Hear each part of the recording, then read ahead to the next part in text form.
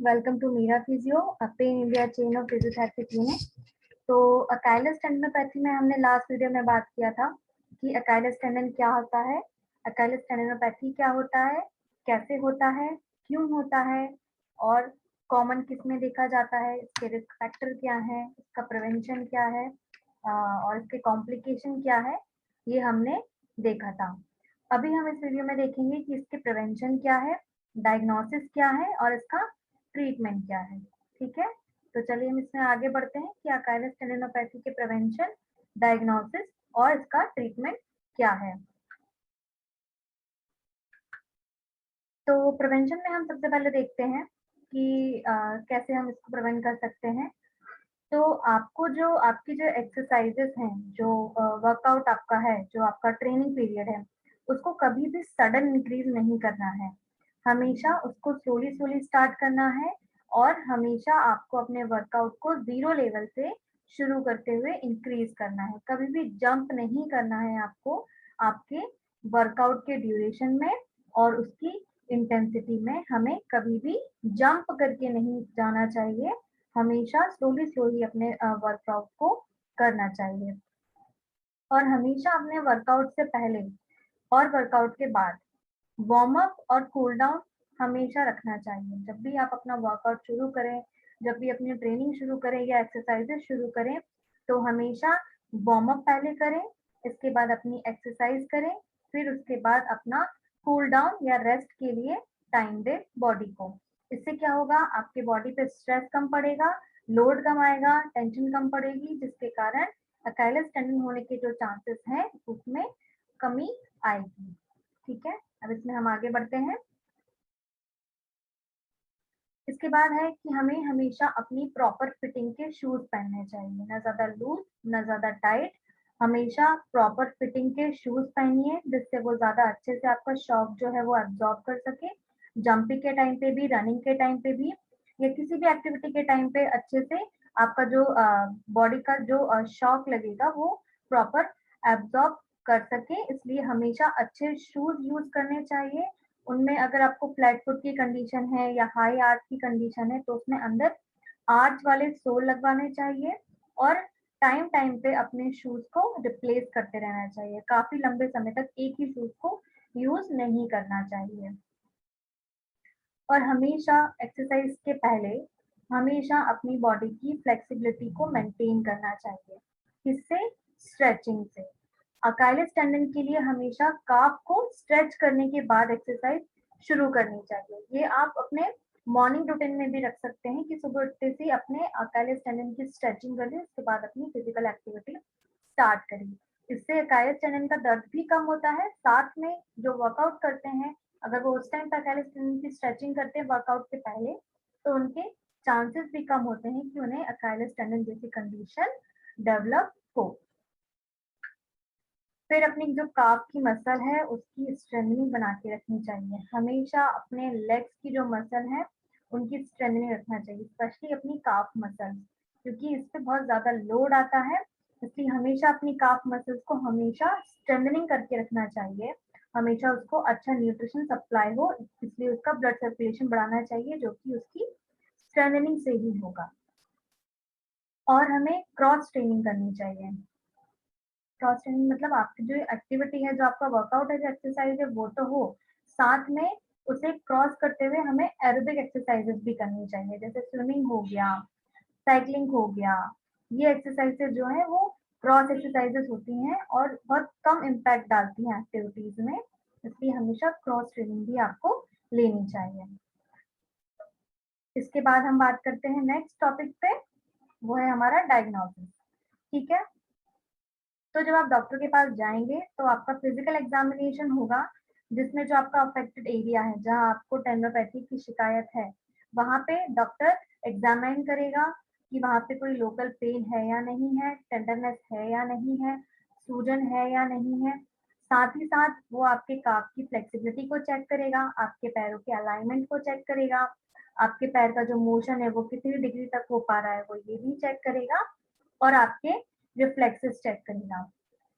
ये कुछ physical examination के डायग्नोसिस है जो वो चेक करेगा। साथ में अगर बहुत ज्यादा तकलीफ है, क्रॉनिक स्टेज में आपका है, या एक्यूट स्टेज में बहुत ज्यादा दिक्कत है और फिजिकल एग्जामिनेशन से वो डिटेक्ट नहीं हो पा रहा है, तो एमआरआई भी होता है। एमआरआई में आपका जो ये टेंडन है, ये देखिएगा इस तरीके से कि इसमें सूजन है, बहुत मोटा है ये, इस तरीके से आपका एकाइलस टेंडन एमआरआई में दिखेगा। साथ ही साथ इसका फिजिकल एग्जामिनेशन में एक स्पेशल टेस्ट होता है, जो कि मैं आपको उसके बारे में बताती हूँ कि स्पेशल टेस्ट क्या होता है एकाइलस टेंडनोपैथी का। इसमें आपको क्या करना है, इस तरीके से 90 डिग्री का एंगल बनाते हुए अपने नी और एंकल का 90 डिग्री का एंगल बनाते हुए उल्टा लेट जाना है, ठीक है। इसके बाद आपको आपका थेरेपिस्ट जो होगा या फिजिशियन जो होगा, वो क्या करेगा, आपके जो काफ की मसल है उसको ऊपर की तरफ स्क्वीज करेगा, खींचेगा, उसको पकड़ेगा और ऊपर की तरफ खींचेगा। इस कंडीशन में अगर आपका जो पैर है, एंकल जॉइंट है, उसमें आपका पंजा इस तरीके से पीछे की तरफ जाता है, ठीक है, तो इसका मतलब कि आपका जो टेंडन है वो अच्छा है, हेल्दी है। और अगर इस तरीके से वो पीछे नहीं जाता है, इसका मतलब आपको एकाइलस टेंडन की कंडीशन है, ठीक है। क्या करना है इस एग्जामिनेशन में, आपको 90 डिग्री का एंगल बना के आपको उल्टा लेट जाना है, फिर काफ की मसल जो है वो दूसरा इंसान जो होगा वो स्क्वीज करेगा, आप ये खुद नहीं कर सकते हैं, तो जो अदर पर्सन है वो इस तरीके से काफ को पकड़ के उसको स्क्वीज करके ऊपर की तरफ जब पुल करेगा, तो आपका जो पैर है वो प्लांटर फ्लेक्शन में मतलब कि नीचे की तरफ जाएगा, इस तरफ उठेगा और पीछे की तरफ आ जाएगा। तो अगर ये होता है मतलब कि आपको अकाइलस टेंडन नहीं है, पर अगर ये नहीं होता है इस तरीके का मूवमेंट आपके एंकल जॉइंट में, मतलब कि आपका टेस्ट जो है वो पॉजिटिव आया है। चलिए इसमें हम आगे बढ़ते हैं। अब हम देखते हैं ट्रीटमेंट। अब इसका कंजर्वेटिव ट्रीटमेंट देखते हैं और मेडिकल ट्रीटमेंट।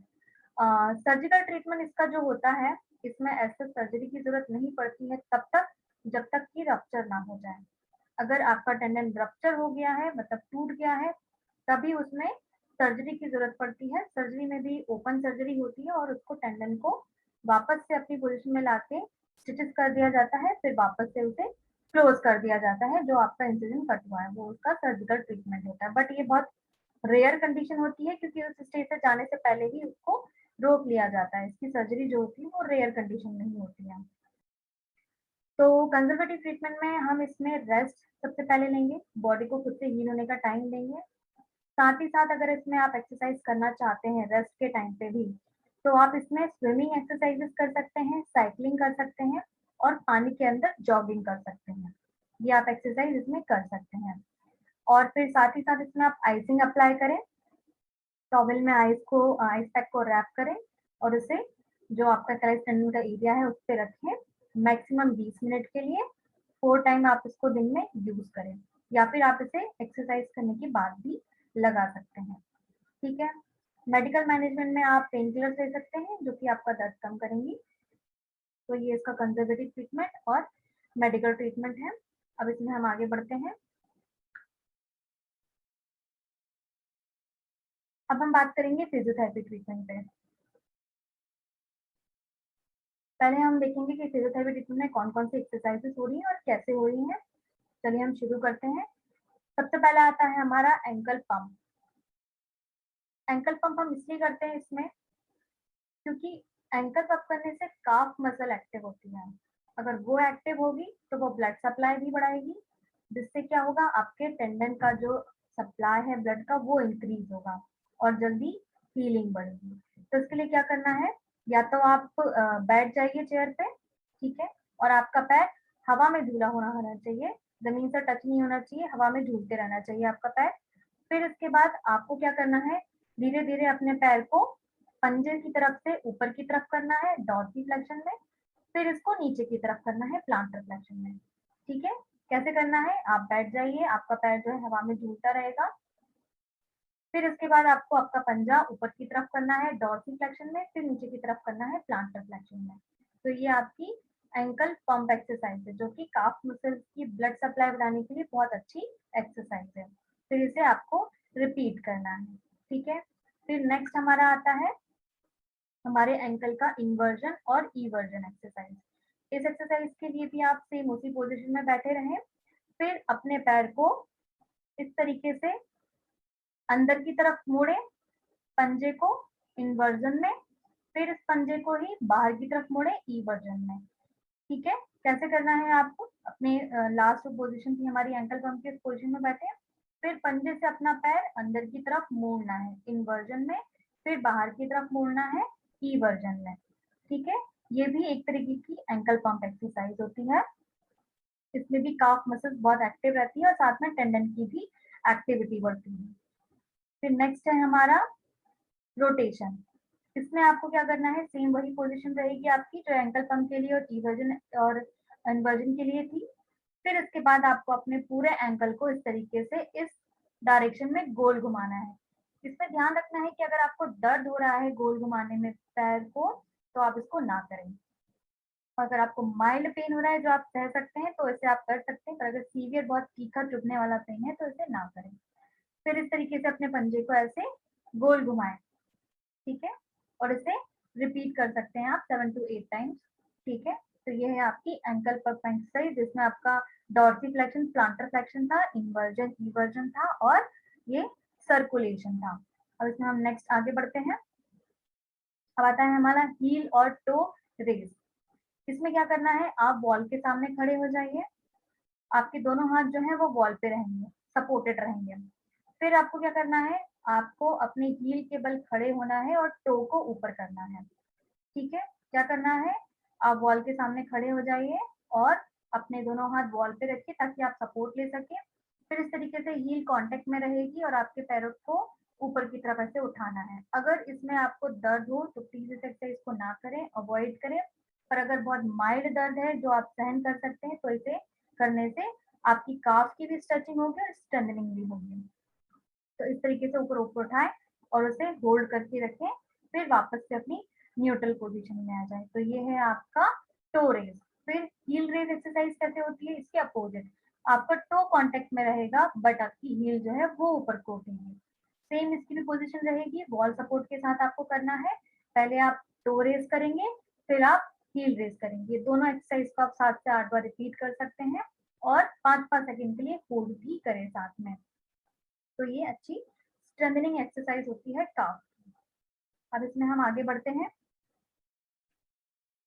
अब आता है गैस्ट्रोक्नीमियस का स्ट्रेच। तो इसको कैसे करते हैं अब हम ये देखते हैं। इस तरीके से वॉल के सामने आपको खड़े होना है सपोर्टेड होके। ठीक है, वॉल के सामने कुछ डिस्टेंस पे आप खड़े हो जाएं। आपके दोनों हाथ जो हैं वो वॉल के सपोर्ट में रहना चाहिए। आपका जो अनअफेक्टेड लेग है वो आगे रहेगा। ठीक है, और जो आपका अफेक्टेड वाला है वो पीछे रहेगा। आगे वाला जो पैर है जो अनअफेक्टेड है उसका नी थोड़ा सा बेंड रहेगा, पीछे वाले का जो नी है वो स्ट्रेट रहेगा। फिर इसके बाद आपको आपका वेट जो है वो आगे की तरफ अपने हाथों में वॉल के ऊपर ट्रांसफर करना है, लीन होना है, जिससे आपको क्या आएगा, पीछे आपको इस जगह पे स्ट्रेच आएगा। ठीक है, आपको इस जगह पे स्ट्रेच आएगा। ये है आपका गैस्ट्रोक्नीमियस का स्ट्रेच। ठीक है, आपको क्या सीधे खड़े होना है वॉल से कुछ दूरी पे। फिर इसके बाद आपका एक पैर आगे रहेगा अनअफेक्टेड वाला और आपका अफेक्टेड लेग पीछे रहेगा। ठीक है, फिर इसके बाद आपको क्या करना है, अपना जो बॉडी का प्रेशर है वो इस पे हाथ पे डालना है वॉल के ऊपर, और फिर इसके बाद आपको अपना पूरा वेट हाथ के द्वारा वॉल पे डालना है। तो आपको यहाँ पीछे गैस्ट्रोक्नीमियस के साइड में स्ट्रेच फील होगा। तो ये कुछ सेकंड के लिए आपको होल्ड करना है 10 से 15 मिनट के लिए, फिर इसको आपको रिपीट करना है। तो ये आपका गैस्ट्रोक्नीमियस का स्ट्रेच। फिर आता है हमारा सोरियस का स्ट्रेच। ठीक है, तो हम गैस्ट्रोक्नीमियस में क्या कर रहे थे, अपना नी बैंड कर रहे थे। अब हम गैस्ट्रोक्नीमियस में क्या करेंगे मैं वो बताती हूँ। गैस्ट्रोक्नीमियस में हम अपना नी बैंड कर रहे थे, सोरियस मसल में क्या करेंगे मैं वो बताती हूँ। इसमें हम अपना नी बैंड कर रहे थे आगे वाला, पर सोलियस के स्ट्रेच के लिए हम ऐसा नहीं करेंगे।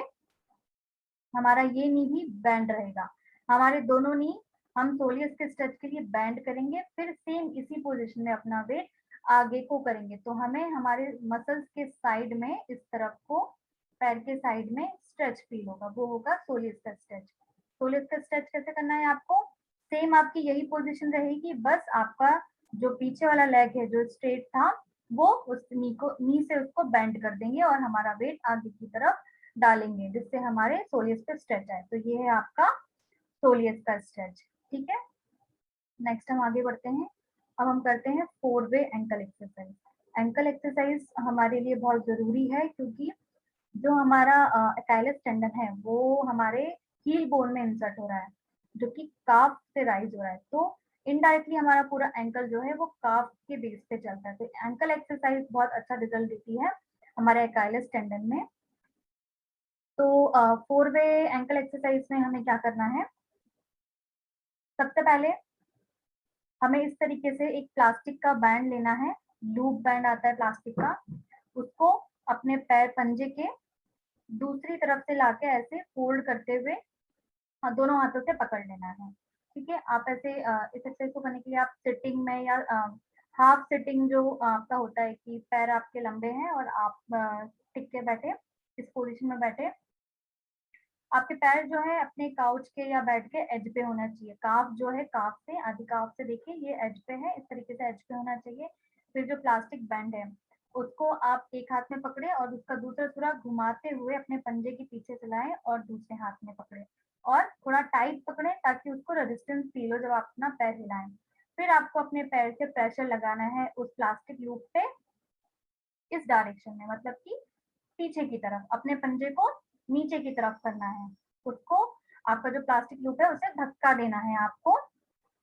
तो ये आपका पहली एक्सरसाइज होगी। इसमें क्या करना है, आपको प्लास्टिक लूप लेना है, अपने पंजे से घुमा के लाना है, दोनों हाथों से होल्ड करना है, फिर उसको इतना टाइट करना है कि रेजिस्टेंस फील होना चाहिए, फिर अपने पंजे को नीचे की तरफ धक्का देना है। तो ये आपकी पहली एक्सरसाइज है 4 वे एंकल की। फिर दूसरी एक्सरसाइज आपको कैसी करनी है, इस तरीके से आपकी पोजीशन रहेगी। अभी हम क्या कर रहे थे, इसको हम सामने से पकड़े हुए थे, ये देखिए। और अब हमें क्या करना है, हमारा जो दूसरा पैर है, जो अनअफेक्टेड वाला पैर है, उसके नीचे से निकालते हुए हमें बाहर की तरफ लाना है लूप, और उसी साइड से हमें पकड़ना है, अनअफेक्टेड वाले साइड से ही हमें पकड़ना है। ये जो दूसरा वाला पैर है अनअफेक्टेड वाला, वो उसको स्टेबलाइज करने का काम करेगा। पहले लूप हमारा सामने की तरफ से खुला था, अभी लूप हमारा अंदर की तरफ से खुला हुआ है। फिर हमें धक्का किस साइड को देना है, बाहर की तरफ। अपने पंजे को क्या करना है, बाहर की तरफ लेके जाना है। ई वर्जन जो हम कर रहे थे अभी एक्सरसाइज में, वो ही मूवमेंट करना है, बाहर की तरफ हमें लेके जाना है अगेंस्ट हमारे लूप के। ठीक है, तो ये आपकी 4 वे एंकल का दूसरी एक्सरसाइज। फिर आती है हमारी तीसरी एक्सरसाइज। इसमें क्या करना है, सेम वही पोजीशन रहेगी। अभी पहली वाले में क्या हो रहा था, हमारा जो दूसरा अनअफेक्टेड वाला लेग था वो इस तरफ से उसको स्टेबलाइज कर रहा था, अब हमें इसको क्रॉस करके स्टेबलाइज करना है। अभी हमारा लूप इस तरफ से खुला हुआ था, अब हमारा लूप इस तरफ से खुला हुआ है, और जो हमारा अनअफेक्टेड लेग है वो हमारे दूसरे लेग को क्रॉस करते हुए लूप उसके नीचे से निकला है, उसको स्टेबलाइज करने के लिए। फिर हमें धक्का किस तरफ को देना है, इस तरफ को, इनवर्जन की डायरेक्शन में हमें धक्का देना है। जो अभी हमने इनवर्जन वाली एक्सरसाइज देखी, उस डायरेक्शन में हमें अपने लूप को धक्का देना है। ठीक है, तो ये हमारी तीसरी एक्सरसाइज हुई 4 वे एंगल की। अब हमारी चौथी एक्सरसाइज कैसे होगी, सेम वही पोजीशन है, पर इसमें क्या होगा, जो हमारा अफेक्टेड लेग है वो नी से और उसका फुट दोनों ही बैंड रहेंगे। ठीक है, हमें अपना नी भी बैंड करना है और हमें हमारा फुट भी बैंड करना है। ठीक है, और वो जो आपका जो लूप इस तरफ से था खुला हुआ, अब वो नीचे की तरफ से खुला रहेगा। दूसरा पैर उसको स्टेबलाइज करेगा और हमारा मूवमेंट कैसा होगा, ऊपर की तरफ। हमें अपने पंजे को ऊपर की तरफ करना है डॉर्सीफ्लेक्शन में, जो अभी हम कर रहे थे फर्स्ट एक्सरसाइज में डॉर्सीफ्लेक्शन, उस मूवमेंट में हमें अपने पंजे को लेके जाना है अगेंस्ट की लूप।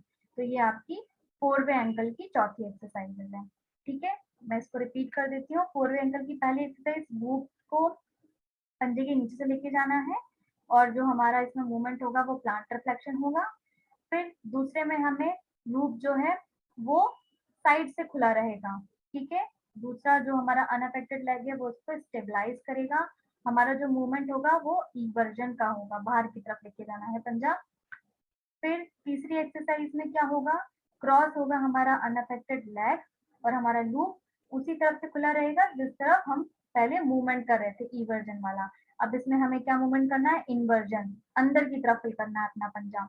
फिर चौथा वाला जो है उसमें हमारा नी भी बेंड रहेगा और हमारा एंकल भी बेंड रहेगा, हमारा लूप नीचे की तरफ से खुला रहेगा और दूसरा पैर उसे स्टेबलाइज करेगा और हमारा मूवमेंट होगा डॉर्सिफ्लेक्शन में। तो ये है हमारी 4 वे एंकल एक्सरसाइज टेंडिनस टेंडनोपैथी के लिए। ठीक है, तो बहुत बहुत धन्यवाद आपका। आई होप आपको ये मेरा वीडियो पसंद आया हो और इसके प्रिवेंशन, ट्रीटमेंट और डायग्नोसिस जो है टेंडिनोपैथी के, ये आपको हेल्दी रखने में, फिट रहने में मदद करें और आपको स्वस्थ रखें। बहुत बहुत धन्यवाद आपका।